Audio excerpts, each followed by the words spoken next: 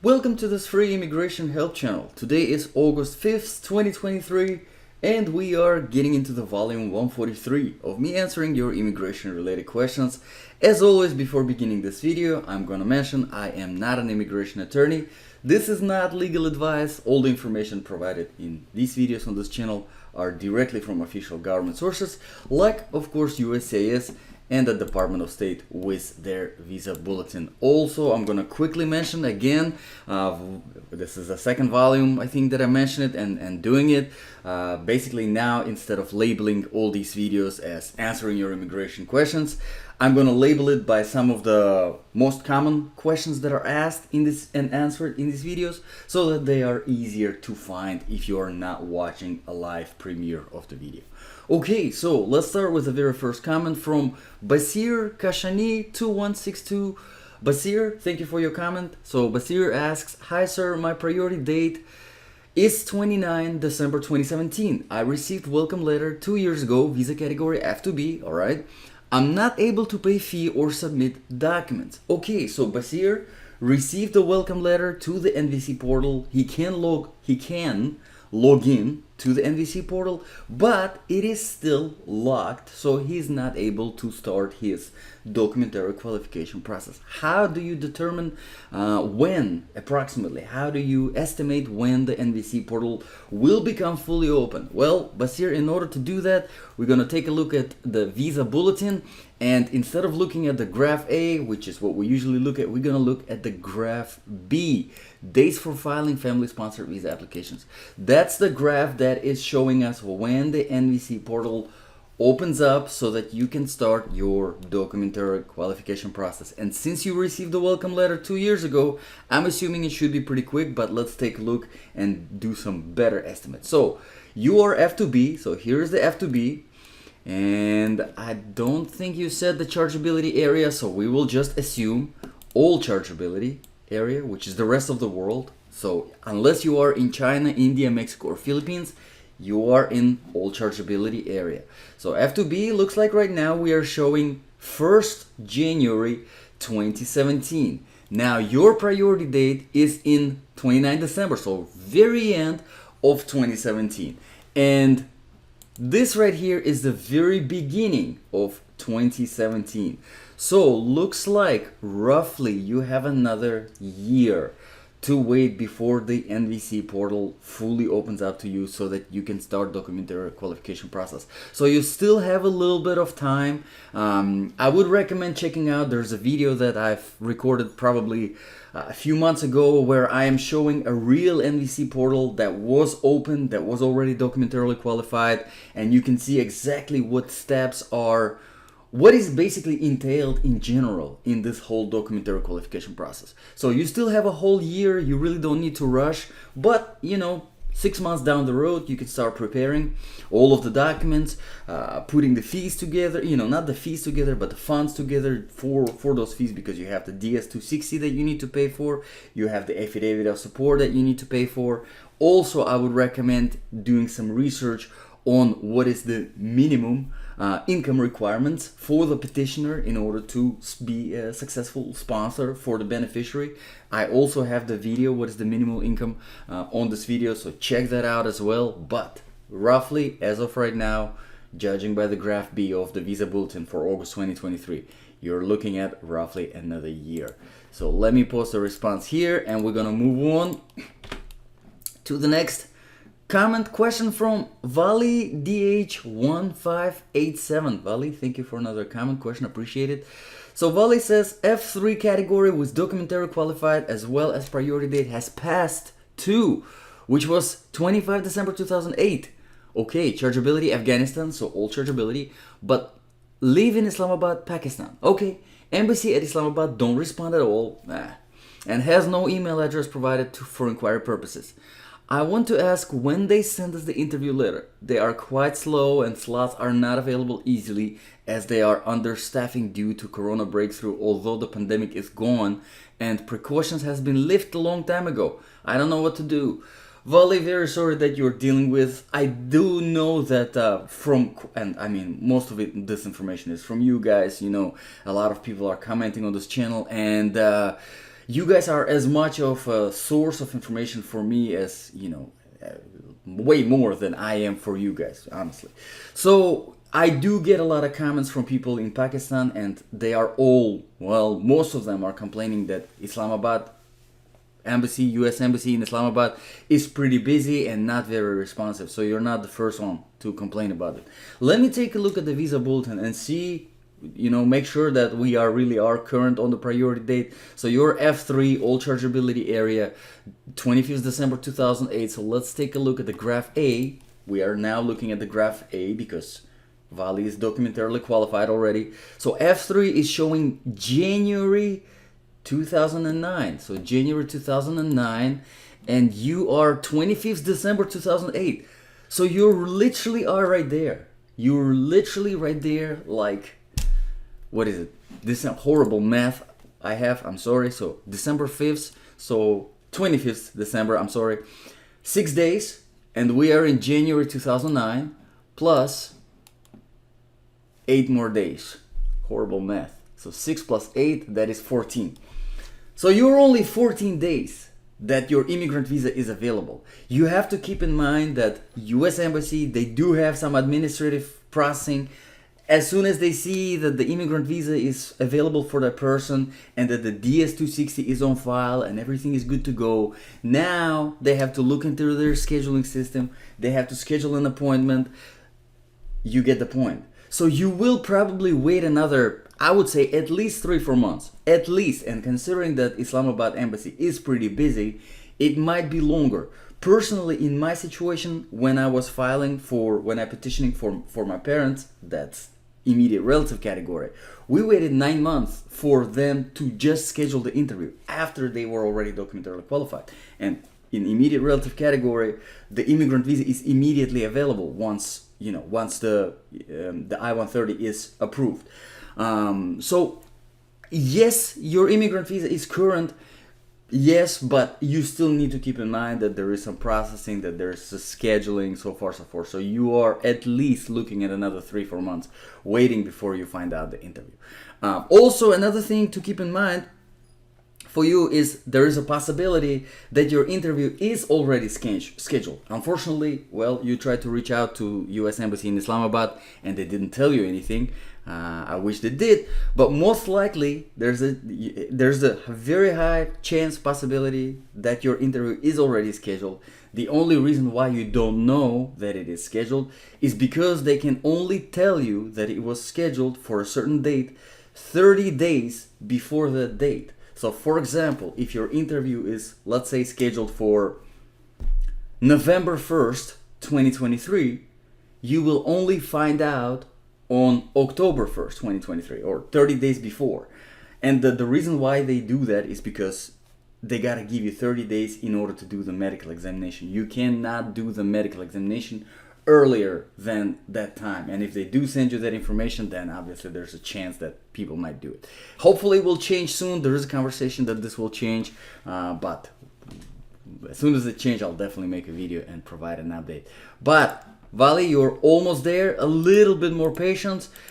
Everything is looking good. I would say nothing. You shouldn't worry about nothing. You're really not being too much overdue or anything like this. You still got a little bit more time. You've been waiting for a very long time. You're almost there. Okay, let's move on to the next one from Jonathan Payaban XZ5RX. Sorry, YouTube is giving me the handles instead of names. I don't know why they changed it. So Jonathan says, hi, mine is F2A, priority date July 30, 2018. When do you think I will get an appointment interview? Okay, let's take a look. So F2A, we didn't have some good news. Unfortunately, we had some bad news for F2A. As of the August 2023 visa bulletin issue, it retrogressed quite a bit. I think like 2 years, if I remember correctly. If you haven't watched that video that I did on August 2023 visa bulletin, definitely check it out. It is uploaded on the channel. And in fact, every month the new visa bulletin comes out. I make a separate video on it where I discuss, compare it to the previous issue, and discuss what, was there a positive movement, was there a negative movement, was there no movement. So let's take a look. F2A visa bulletin. We're going to look at the graph A to see the full scope of how long we'll be waiting. So F2A is right now in October 2017. Well, not in October 2017, but people with priority date in October 2017, as of right now, August 2023, they're the ones whose immigrant visas are becoming available. So you are in July 2018. So you're roughly looking at, since it's October and then July, it's less than a year. You're looking at less than a year. My math is way too horrible to calculate the months correctly, so you do the math for me, please. But you are, July, well, it's 30, so August, you're pretty much August. And then we got September, October. So you are like 10 months away from the availability of the immigrant visa. Again, you have to keep in mind that, before the interview is scheduled, there is the scheduling, there is the waiting for the appointment, because they start scheduling the interviews right around the time your immigrant visa is available. And depending on how busy the US embassy is in a particular country, and it might, sometimes it takes faster, sometimes it takes, slower. So you're almost there, just about, less than a year before the availability of the immigrant visa. That is assuming that you are in all chargeability area. Well, most of the China, India, and Philippines are all the same priority dates, except Mexico. Mexico has an additional year waiting for the availability of the immigrant visa. So let me post a response, and we're gonna move on to the next question coming from Harsha 2367. Harsha, thank you very much for being publicly subscribed. This is what this icon right here means. Really appreciate that. So Harsha says my priority date for F3 India is January 7, 2011. How much more wait is expected for our visa to be granted? All right, let's take a look. So F3, third family preference category, India is a separate chargeability area. So let's take a look. We're going to look at the graph A again to see the full length of the backlog that we're waiting for. So F3, here you go. India is showing right now January 2009. So, which is actually the same as all chargeability. India has the same, which is pretty good. Because Mexico, there's a lot longer. And Philippines too, 7 years longer. Okay, so let's take a look. January 2009, and you are actually in January 2011. Okay, so you are just 2 years. Just 2 more years. You're almost there, just 2 more years before the availability of the immigrant visa. Again, like in all of my previous responses, there is additional time you will be waiting. There's also the possibility that the visa bulletin might slow down, not move, or move faster, or retrogress, like we've seen for F2A category in August 2023 visa bulletin edition. So it's important to stay on top of it, check it every month. Like I said, I upload the video on this channel every month, the new one comes out. But roughly, as of right now, 2 more years. So let me post a response, and we're gonna move on to the next question comments. How to renew the I-131 existing travel document? Please advise or provide the steps. So user, thank you. So I'm sorry, I see the handles instead of names. Thank you for the question. It's a great question. I am pretty sure there is no renewal for I-131. It's the new document. Every time you need to apply, you have to apply for a new one. But let me double check. I'm gonna use this as an opportunity to demonstrate some navigation on official U.S. citizenship and Immigration Services website, uscs.gov. It's official government website. Anything related to your immigration concerns, this is where you find the information. This is where you look at. This is the only official government source for the immigration purposes, except obviously the Department of State with the visa bulletin. This is also government.gov, as you can see, but this is the main stuff. So we're gonna go to forms from this top navigation menu right here, forms. We're gonna click on this, and we're gonna click on all forms, the very first option right here in the topics, and then we will find, you can scroll down, it's an alphabetic numerical order, or we can just type in 131. There you go. Application for travel document, which is nicely available to file online. I'm going to click on this. Use this form to apply for re-entry permit, refugee travel document, TPS travel authorization document, advance parole, blah blah blah, or advance permission to travel to blah blah blah blah blah.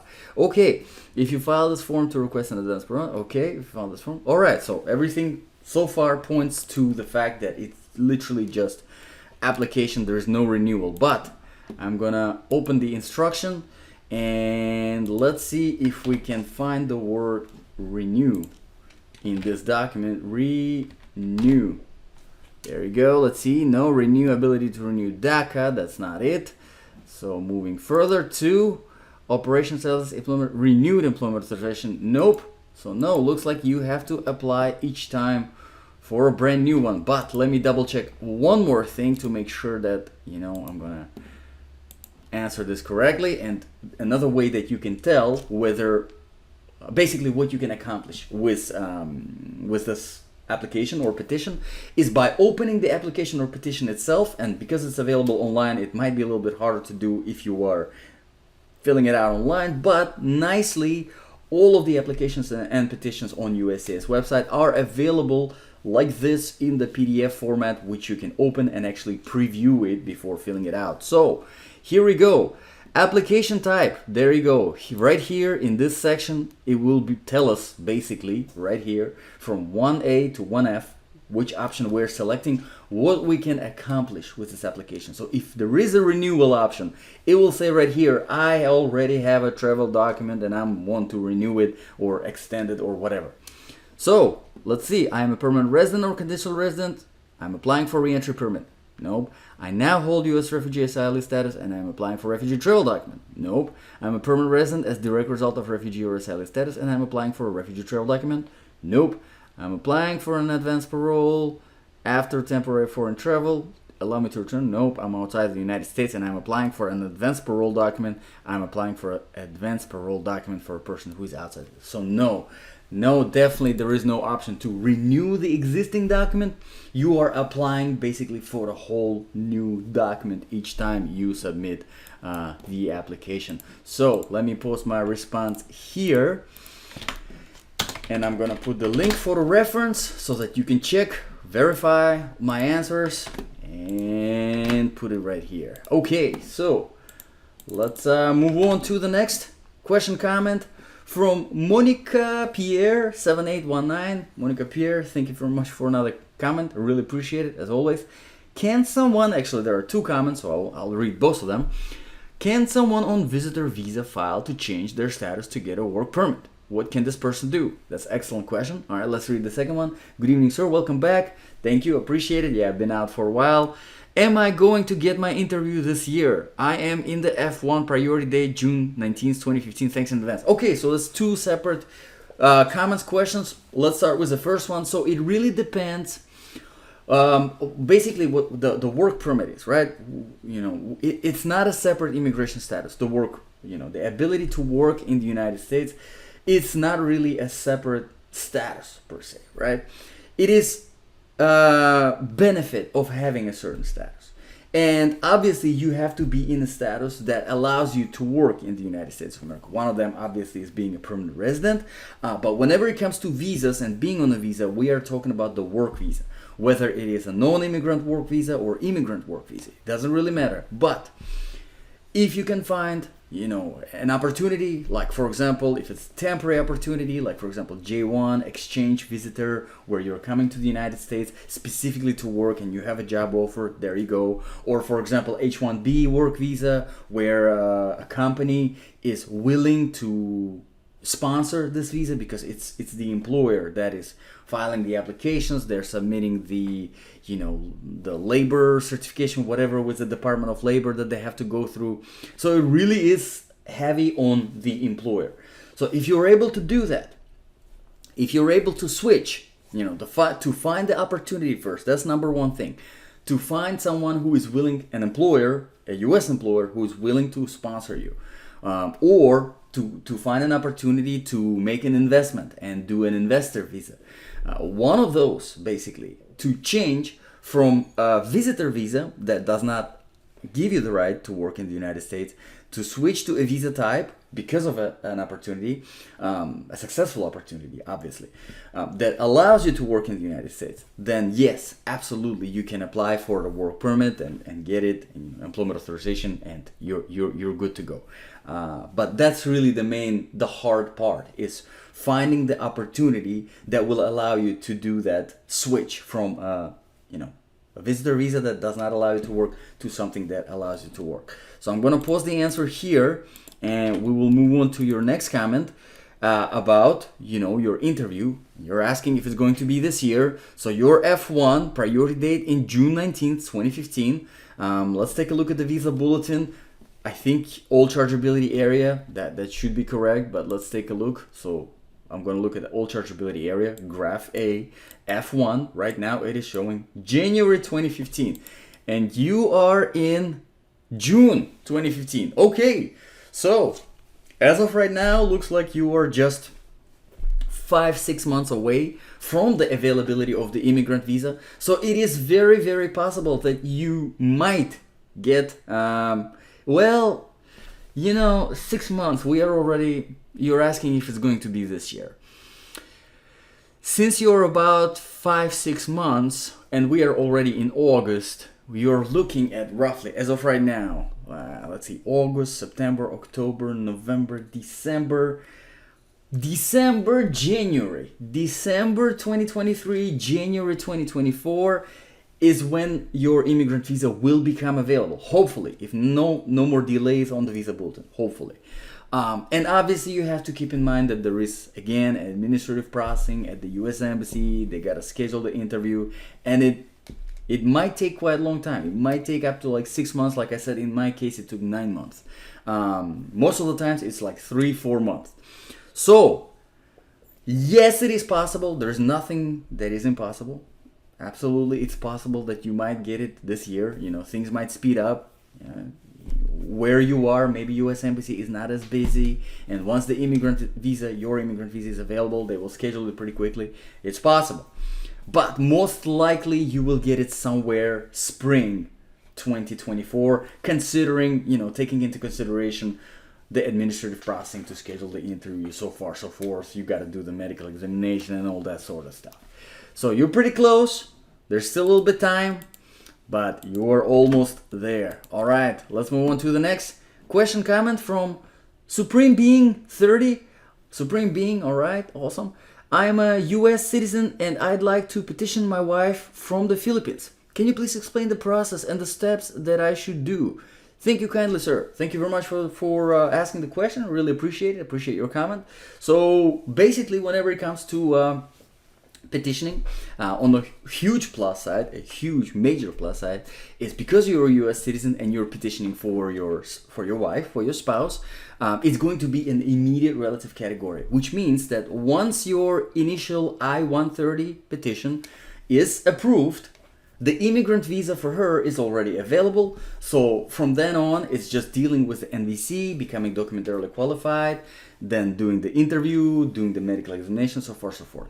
If you want to see the full, basically, overview of the whole process, I actually do have a video on this channel. I think it's called How Long Will My Family Reunification Take, or something along those lines. I will actually put it in right here somewhere in the one of those cards that come up at the corner of the screen, and I think I'll try to remember. I'll put it in the description of this video so you can click on it. But basically what you're looking at is filing the I-130 petition. This is the step number 1, and I would recommend you do it as soon as possible, because the sooner you get it out of the way, the better. Once you start the process, you got your priority date, which honestly, it doesn't even matter in this case because, well, it's an immediate relative category, so there is no dealing with the visa, but still, there is administrative processing involved, there is the review by USCIS, and it takes time, so the sooner you start it, the better. But your very first step is filling out I'll show you, I'll post it in my response in the comments so you can start it, and I do have the video on this channel describing basically step by step how to fill out that I-130, and then from then on, the process is started. So we're gonna go to forms on uscis.gov website, all forms, and I'm gonna type in 130.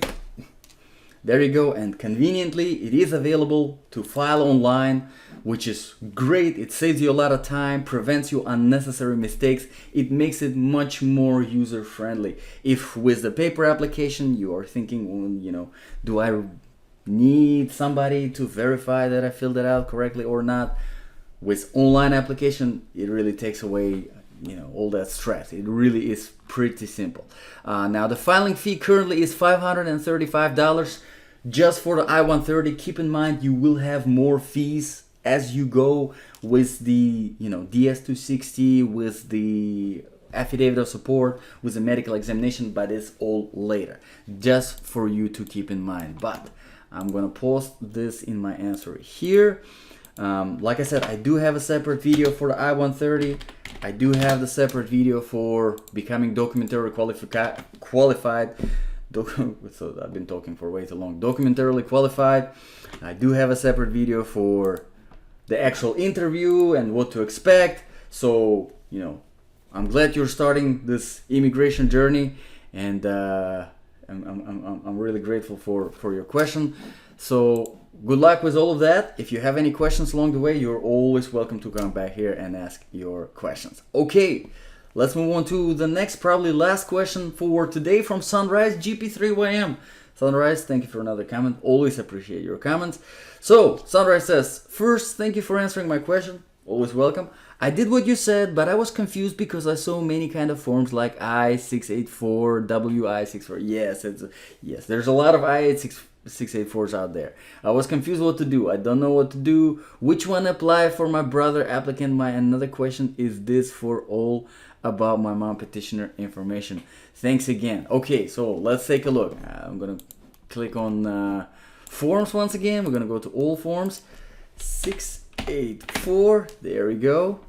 So it's not coming up here. It's 684. I-684. I don't think they have it here on USCIS. So we probably will be able to find it on Department of State. But let me just try to find it through Google. 684. I'm surprised they didn't post it on I-64 form. Why is it not coming up at all? Wow. Affidavit of support. There you go. Oh, it's 864, not 684. Okay, so it's 864, not 684. So looks like messed up with numbers. There you go, 684. So we got affidavit of support. Okay, so you got, okay. So let's see. I did what you said, but I was confused because I saw many kind of forms like that. I was confused what to do. I don't know what to do. Which one apply for my brother applicant? My another question is this for is all about my mom petitioner information. Okay, so whenever it comes to I-864, the affidavit of support, you don't have to worry about filling it out separately. The really nice thing about the affidavit of support is that it is built into the NVC portal.